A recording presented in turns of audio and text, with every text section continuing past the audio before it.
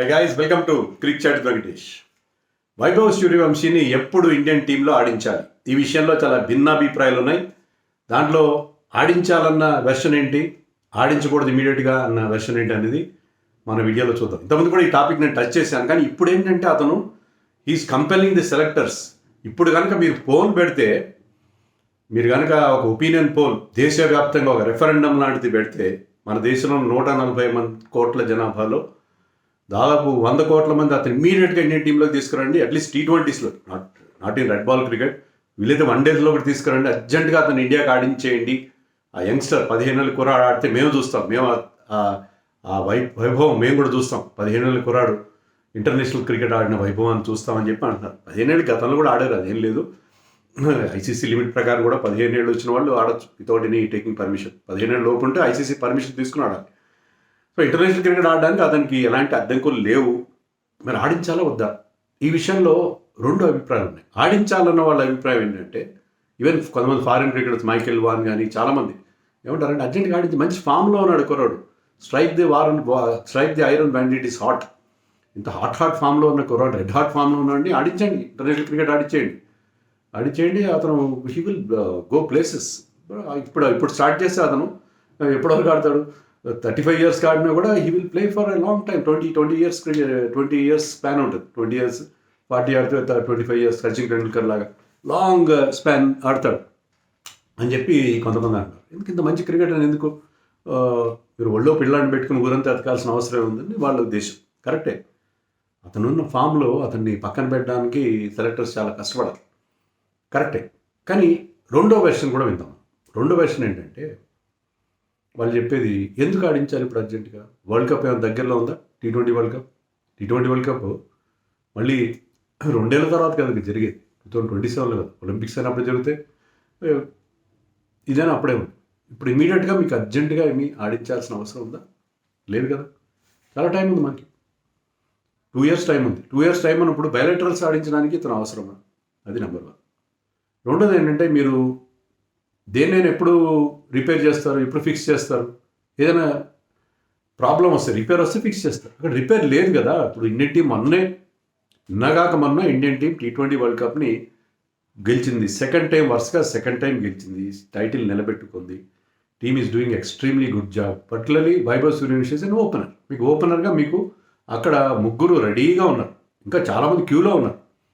మీకు most successful player Abhishek Sharma and Sanju Samson అయితే player of the tournament. Abhishek Sharma ఫైనల్లో బాగా ఆడాడు, ఇప్పుడు IPLలో కూడా బాగా ఆడుతున్నాడు అభిషేక్ శర్మ.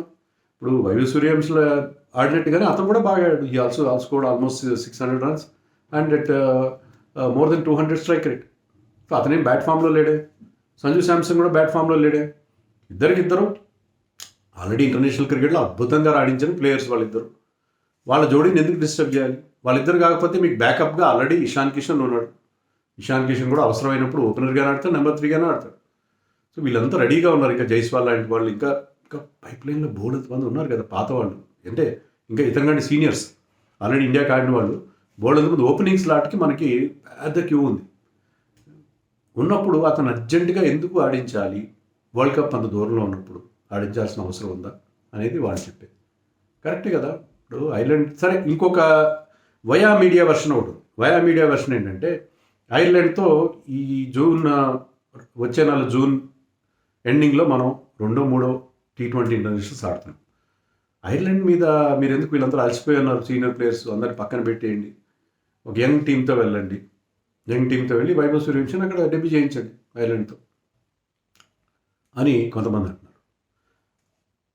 దానివల్ల మీకు నష్టమే లేదు కదా. వీళ్ళకి రెస్ట్ ఇస్తున్నారు, వీళ్ళు డ్రాప్ చేయట్లేదు, మీరేం డిస్టర్బ్ చేయట్లేదు కాంబినేషన్ అనేది ఇంకొక వెర్షన్. ఇది వయా మీడియా వెర్షన్. మరి మీరేమనుకుంటున్నారో తెలియదు, నా అభిప్రాయం నేను చెప్తాను, వినండి, శ్రద్ధగా వినండి, వితౌట్ ఎనీ ఎమోషన్స్. ఎందుకంటే అనిల్ కుంబ్లే లాంటి వాళ్ళు, ఇప్పుడు వైభవ్ని అర్జెంటుగా ఆడిచ్చేదన్న వాళ్ళలో కొంతమంది మాజీ క్రికెటర్లు, దాంట్లో అనిల్ కుంబ్లే కూడా ఉన్నాడు. అనిల్ కుంబ్లేకి ఒక యూట్యూబ్ ఛానల్ లేదు, వ్యూస్ కోసమో లేకపోతే సెన్సేషన్ క్రియేట్ చేసే కోసం మాట్లాడే వ్యక్తిగా, చాలా బ్యాలెన్స్గా మాట్లాడి చాలా respectable figure in Indian cricket. అతను కూడా ఆ మధ్య అన్నాడు ఒక న్యూస్ పేపర్కి ఇచ్చిన ఇంటర్వ్యూలో, అర్జెంటుగా అతను ఆడించాల్సిన అవసరం లేదని చెప్పి. దానికి కొంత ట్రోలింగ్ కూడా జరిగింది అతని మీద. సో ఈ రోజుల్లో ట్రోలింగ్ జరగకపోతే వాడు పాపాత్ముడు తప్పిస్తే, మీరు ఇది ఎంతో కొంత పబ్లిక్ లైఫ్లో ఉన్న అందరికీ ట్రోలింగ్ జరుగుతుంది వేరే విషయం. బట్ అనిల్ కుంబ్లే అన్నది ఏంటంటే ఎందుకు అంత అర్జెంటుగా అతను ఆడించాలి, అతని మీద ఎందుకు అంత ప్రెషర్ పెడుతున్నారు, అప్పుడే 15 ఏళ్ళే కదా. సచిన్ టెండూల్కర్ 16 ఏళ్ళు ఆడాడు కరెక్టే, కానీ ఇతన్ని అంత అర్జెంటుగా ఆడించాల్సిన అవసరం అయితే కనబడట్లేదు అని అనిల్ కుంబ్లే చెప్తాను. ఎందుకంటే చాలా డొమెస్టిక్ క్రికెట్లో డక్కా, సరే అనిల్ కుంబ్లే చెప్పింది కదా, నా అభిప్రాయం చెప్తాను. డొమెస్టిక్ క్రికెట్లో డక్కా మొక్కిలు తినాలి. డొమెస్టిక్ క్రికెట్ ఆడుతున్నాడు అతను, 8 ఫస్ట్ క్లాస్ మ్యాచ్లు ఆడాడు. రెడ్ బాల్ క్రికెట్ మీకు ఇంకా కొత్త భాషలో చెప్పాను, 8 ఫస్ట్ క్లాస్ మ్యాచ్లు బీహార్కి ఆడాడు. కానీ 8 మ్యాచ్ల్లో అతను చాలా తక్కువ రన్స్ చేశాడు, 17 యావరేజ్ ఉంది. ఒక 93 చేశాడు, అది కూడా మేఘాలయ మీద చేశాడు. అతను ఆడిన ఫస్ట్ క్లాస్ మ్యాచ్ 2 ఏళ్ల క్రితం 2024లో ఆడాడు ముంబైకి అగేన్స్ట్గా. 10కో 11కో అవుట్ అయ్యాడు. శుభం దూబే అతను వికెట్ తీశాడు. సో అతను ఫస్ట్ క్లాస్ క్రికెట్లో ఒకే ఒక 50 ఉంది 8 మ్యాచ్ల్లో. ఇంకా ఫస్ట్ క్లాస్ రెడ్ బాల్ క్రికెట్లో అతను ఇంకా కొరుకుడు పడలేదు. అంటే he's basically a T20 player, దాంట్లో డౌట్ లేదు. ఈ ఐపీఎల్ జమానాలో, ఐపీఎల్ జనరేషన్లో పుట్టుకొచ్చిన క్రికెటర్ అతను. He will hit big boundaries, sixers కొడతాడు. అతను టెస్ట్ మ్యాచ్ ప్లేయర్ కాదు, okay. But domestic cricket, red ball cricket ఆడితే మీకు రియల్ క్రికెట్ అనేది తెలుస్తుంది. దానివల్ల మీ అన్ని రకాల ఫార్మాట్స్లో మీరు బెటర్ క్రికెట్ ఆడగలరు. మీకు ఆ లాంజివిటీ ఉంటుంది, మీకు ఆ ఫిట్నెస్ ఉంటుంది. రెడ్ బాల్ క్రికెట్ ఆడాలి, టక్క ముక్కిలు తినాలి 5 రోజుల పాటు మ్యాచ్ ఆడాలి, ఫీల్డింగ్ చేయాలి. ఇక్కడ చాలా వరకు అతన్ని ఇంపాక్ట్ ప్లేయర్గా ఆడించారు. నాకు అస్సలు అర్థం కాలేదు, 15 ఏళ్ళ కుర్రాడిని ఇంపాక్ట్ ప్లేయర్కి ఎందుకు ఆడిస్తారు మీరు, అంటే దెబ్బలు తగులుతాయేమో అని ఆడించాల్సిన అవసరం. అంటే హీజ్ ప్రెషస్ కమ్యూనిటీ, దెబ్బలు తగులుతాయన్న ఉద్దేశంతో వాళ్ళ. బట్ మీకు అతన్ని ఫీల్డింగ్ పరిగెత్తించాలి. ఈ should learn the game hard way. అన్ని కష్టాలు పడితేనే మీకు దాంట్లో ఉన్న లోతు తెలుస్తుంది. సో అతన్ని డొమెస్టిక్ ఆడించాలి. ఆ ప్రెషర్ ఇప్పుడు సరే ఆడించమంటారు కొంతమంది, ఆడిచ్చే సక్సెస్ అయ్యాడు అనుకోండి, తర్వాత మనం ఒక సిరీస్ ఆడతాం. ఐర్లాండ్ కాదు, ఒక మంచి ఇంపార్టెంట్ టీంతో ఆడతాం, ఆస్ట్రేలియాతోనో లేకపోతే ఇంగ్లాండ్తో ఉంది మనకి, ఇంగ్లాండ్తో ఆడతాం. ఇంగ్లాండ్తో ఆడినప్పుడు వైభవన్ ఎందుకు పెట్టట్లేదు, అతను 2 సెంచరీలు కొట్టాడు ఐర్లాండ్ మీద, మళ్ళీ అభిషేక్ని సంజుని ఎందుకు ఆడిస్తున్నారు మీరు అని విపరీతంగా సోషల్ మీడియాలో దుమారం రేగిపోతుంది. సో మీరు సరదాగా అతన్ని ఒక సిరీస్లో ఆడించి పక్కన పెట్టడానికి ఉండదు. సక్సెస్ అయితే అది, ఫెయిల్ అయితే అంత చిన్న కుర్రాడు ఇంటర్నేషనల్ క్రికెట్ ఆడి దాంట్లో ఫెయిల్ అయితే ఐర్లాండ్లో బాల్ స్వింగ్ అవుతుంది. వాళ్ళు చాలా తెలివైన బౌలర్లు, వాళ్ళు చాలా క్లవర్ మీడియం పేస్ బౌలింగ్ చేస్తారు ఐర్లాండ్ వాళ్ళు. సో అక్కడ అతను ఫెయిల్ అయితే ఏంటి పరిస్థితి, ఫెయిల్ అయితే అతను అనవసరంగా అతన్ని తొందరపడి ఒక కోయిల ముందే కూసింది అన్నట్టుగా అతన్ని ఎందుకు అంత తొందరగా ఇంటర్నేషనల్ క్రికెట్లోకి, why should you fast track him into international cricket, why should he jump the queue అనేది అప్పుడు కూడా విమర్శించే వాళ్ళు ఉంటారు అనవసరంగా. ఇప్పటికే అంటున్నారు కొంతమంది, ట్విట్టర్లో చర్చలు నడుస్తున్నాయి. Is a flag track bully, మంచి ఇంగ్లాండ్లోనో ఆస్ట్రేలియాలోనో ఆడించండి, మంచి పేసీ వికెట్ మీద లేకపోతే స్వింగింగ్ సీమింగ్ ట్రాక్ మీద ఆడించండి, ఇక తేలిపోతాడు ఈ కొరాడని చెప్పి ఇష్టం వచ్చి మాట్లాడతారు. ఎవరికి ఇష్టం వచ్చి వాళ్ళు మాట్లాడతారు. అతనుకున్న ఎక్స్ట్రాడినరీ ఎబిలిటీ విషయంలో ఎవరికి సందేహాలు ఉండాల్సింది. This kid is here to stay, what a player he is, దాంట్లో ఎవరికి సందేహం లేదు. అని మనం మాట్లాడలేదు, ఈ టాపిక్ మాట్లాడుతున్నాం, చాలా లెంత్ అయిపోతుంది. సో అతనికి ఫెయిల్ అయితే అనవసరంగా అతను చిన్నపుచ్చుకుంటాడు. ఇంత చిన్న వయసులో అతనికి ఆ ఇంటర్నేషనల్ క్రికెట్ తాలూకు ప్రెషర్స్ పెట్టాల్సిన అవసరం లేదు. సచిన్ ఆడాడు 16 ఏళ్ళకి, నేను ఒప్పుకుంటాను. కానీ ఇతనికి ఉండే డైవర్షన్స్, ఇతనికి ఉండే మానిటరీ ప్రెషర్స్ డిఫరెంట్. సచిన్ ఎప్పుడు 1989లో ఇంటర్నేషనల్ క్రికెట్ డెబ్యూ చేశాడు. 1989 అంటే ఎన్ని సంవత్సరాలు అయింది మీరు ఆలోచించండి. సో అప్పటి పరిస్థితులు వేరు, అప్పుడు ఇంత మనీ లేదు గేమ్లో.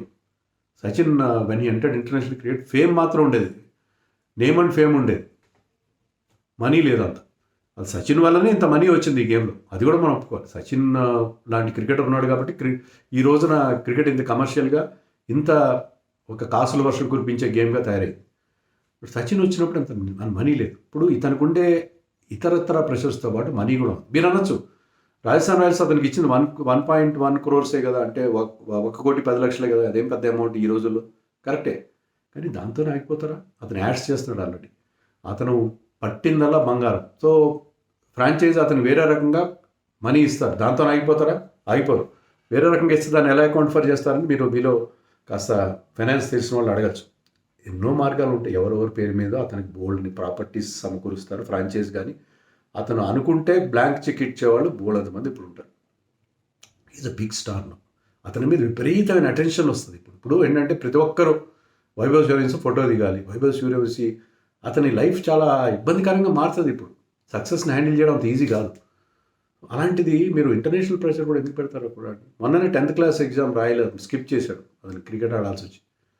10th అయినా రాయనివ్వండి, అతను కొద్దిగా చదువుకోనివ్వండి. చదువు కూడా చాలా important. Sachin Tendulkar never went to college. స్కూల్తోనే అతని ఎడ్యుకేషన్ ముగిసిపోయింది. ఇప్పుడు కూడా అతను రిగ్రెట్ అవుతాడు కాలేజ్కి వెళ్ళి ఉంటే బాగుండేది. Let him enjoy college life. అతను చిన్న చిన్న ప్రెషర్స్ ఎంజాయ్ చేయనివ్వండి. ఐపీఎల్ ఆడుకోనివ్వండి, ఇండియాకి ఇండియా ఏకి ఆడుతున్నాడు. ఇలాగ అతను అలా త్రూ మెట్లు ఒక్కొక్క మెట్టు ఎక్కుతూ లిఫ్ట్లో ఎందుకు వెళ్ళాలి, అతను మెట్లు ఎక్కుతూ రానివ్వండి ఇండియన్ టీంలోకి. అది నేనే అంత అర్జెంటుగా తీసుకురావాల్సిన అవసరం లేదు. అర్జెంటుగా తీసుకొచ్చేసి టీమ్ బ్యాలెన్స్ని డిస్టర్బ్ చేయాల్సిన అవసరం ఏమీ లేదు నన్ను అడిగితే. మెట్లు ఎక్కుతూ మెల్లగా రానివ్వండి. అయితే అతను ఫామ్లో ఉన్నాడు కదా, తర్వాత అతను ఫామ్లో ఉంటాడో లేదో, ఉంటాడు. ఇతని విషయంలో మీకు డౌటే అవసరం లేదు. పెద్ద పెద్ద బౌలర్లని పిచ్చగొట్టుడు కొడుతున్నాడు. అలాంటి మాట నేను వాడను, కానీ అలా వాడాల్సి వస్తుంది. అలాంటి డిస్ట్రక్టివ్ బ్యాటింగ్ ఎబిలిటీ ఉంది అతని దగ్గర. No weakness. ఇప్పటివరకు అతను పలాని బాల్ ఆడలేడు, పలాని టైప్ ఆఫ్ డెలివరీ ఆడలేడు అనే వీక్నెస్. అంటే T20లో అన్ని రకాలు ఉండవు, బాల్ అన్ని రకాలుగా టెస్ట్ చేయరు అతన్ని కొన్ని. కానీ T20లో కూడా బౌలర్ అని variations, spin, mystery spin, this that. గొప్ప గొప్ప బౌలర్లు ఎవరు లేరు ఇక్కడ బౌలర్లు. బుమ్రా లేడా, స్టార్క్ లేడా, కమిన్స్ లేడా, రవాడా లేడా, సిరాజ్ లేడా, రషీద్ ఖాన్ లేడు, ఎవరు లేరు. అందరూ మంచి మంచి బౌలర్స్, అందరినీ ఉతికి ఆరేసాడు కదా అతను. మరి అలాంటప్పుడు అతని ఎబిలిటీ విషయంలో ఎవరికి డౌట్ ఉంది? ఇవాళ ఆడించినా అలాగే ఆడతాడు, 2 ఏళ్ళ తర్వాత ఆడించినా అదే రకంగా ఆడతాడు. సో నెక్స్ట్ వరల్డ్ కప్కి అతను ప్రిపేర్ చేయండి. కానీ ఇప్పుడు అర్జెంటుగా తీసుకొచ్చి ఫాస్ట్ ట్రాక్ చేయాల్సిన అవసరం ఉందని నేను అనుకోను, నా అభిప్రాయం. అది అతని లైఫ్ స్టైల్ కూడా చాలా ముఖ్యం, అన్నిటికంటే ముఖ్యం. అతని ఎబిలిటీ విషయంలో ఎవరికి సందేహం. కానీ అతను ఈ సక్సెస్ని ఎలా హ్యాండిల్ చేస్తాడు? సచిన్ టెండూల్కర్ కొన్నంత ఆ ఈక్వానిమిటీ, ఆ మెంటల్ బ్యాలెన్స్ ఈ కుర్రాడికి ఉందా అనేది ఒక క్వశ్చన్ మార్క్. ఇప్పుడు చాలా చాలా బాగున్నాడు అతను. అతని పద్ధతి ఎంత బాగుందంటే బౌలర్ని కేర్ చేయడు, పర్సన్స్ని కేర్ చేస్తాడు. ఒక వీడియో సర్క్యులేట్ అవుతుంది, రైల్లో అవుతుంది, చూసే ఉంటారు. అతను మ్యాచ్ ముందు ప్రాక్టీస్ చేస్తుంటే గవాస్కర్ కామెంటరీ చెప్తాడు. గవాస్కర్, సంజయ్ బాంగర్ అక్కడ నిలబడి ఉన్నారు కామెంటరీ కోసం. వాళ్ళు ఆన్ గ్రౌండ్ నుంచి కూడా వాళ్ళు చేస్తారు కదా మ్యాచ్ ముందు. నిలబడి ఉంటే అతను పరిగెత్తుకుంటూ వచ్చి సునీల్ గవాస్కర్కి, సంజయ్ బంగార్ కాళ్ళు ముక్కాడు. ఈవెన్ అతను యాంకర్ ఉన్నాడు, అతని పేరు జేతోష్ హిమ్ ఆల్సో పర్సనలీ. అతనికి కూడా కాళ్ళు ముక్కే ప్రయత్నం చేశాడు. సో ఈ రెస్పెక్ట్స్ ఎల్డర్స్. మంచి సంస్కారం ఉన్న కుర్రాడు అతను. ఇప్పటివరకు ఎలాంటి ట్యాంట్రమ్స్ లేవు. చిన్న పిల్లలకి ఎవరికైనా అతని వయసు విషయంలో అనుమానం ఉంటే దాన్ని పటాపంచలైపోయేలా బిహేవ్ చేస్తాడు. 15 ఏళ్ళ కుర్రాళ్ళ బిహేవ్ చేస్తాడు. నువ్వు ఎందుకు చాలా స్లోగా వాకింగ్ చేసావు ఓడిపోయిన తర్వాత బేటా అని అడిగాడు. బేటా అని మంచి మాట వాడాడు హర్ష కోహ్లీ. వాడితే నవ్వాడు, సిగ్గుపడ్డాడు. సో అది 15 ఏళ్ళ కుర్రాడు అలా సిగ్గుపడగలడు. అదే 18 ఏళ్ళు అలా సిగ్గుపడదు. చాలా ముచ్చటేస్తుంది ఆ కుర్రాడిని చూస్తుంటే. ఎంత ముచ్చటేస్తుందంటే ఆడవాళ్ళు కూడా వచ్చి చూస్తున్నారు మ్యాచ్లు. అరే 15 ఏళ్ళ కుర్రాడు ఆడుతున్నాడు. మామూలుగా క్రికెట్ చూడని వాళ్ళు కూడా అందరినీ టెలివిజన్ సెట్లకి, స్టేడియంలకి రప్పిస్తున్నాడు ఈ కుర్రాడు. సో ఇంత అటెన్షన్ హ్యాండిల్ చేయడం చాలా కష్టం. లైఫ్ స్టైల్ మేనేజ్మెంట్ చాలా అవసరం. సో అతను లైఫ్ స్టైల్ మేనేజ్ చేసుకున్న అర్జెంటుగా ఇంటర్నేషనల్ క్రికెట్ ఫాస్ట్ ట్రాక్ చేయగలి. ఇతను చాలా జాగ్రత్తగా హ్యాండిల్ చేయాలి. అతని ఫ్యామిలీ ఇతను జాగ్రత్తగా హ్యాండిల్ చేయాలి, సెలెక్టర్స్ కూడా జాగ్రత్తగా హ్యాండిల్ చేయాలి. అతని టాలెంట్ని ప్రాపర్గా హార్నెస్ చేయాలి. చాలా జాగ్రత్తగా హార్నెస్ చేయాల్సిన అవసరం ఉంది అని నేను అనుకుంటున్నాను. మరి ఈ విషయంలో మీరే అనుకుంటున్నారు? కామెంట్స్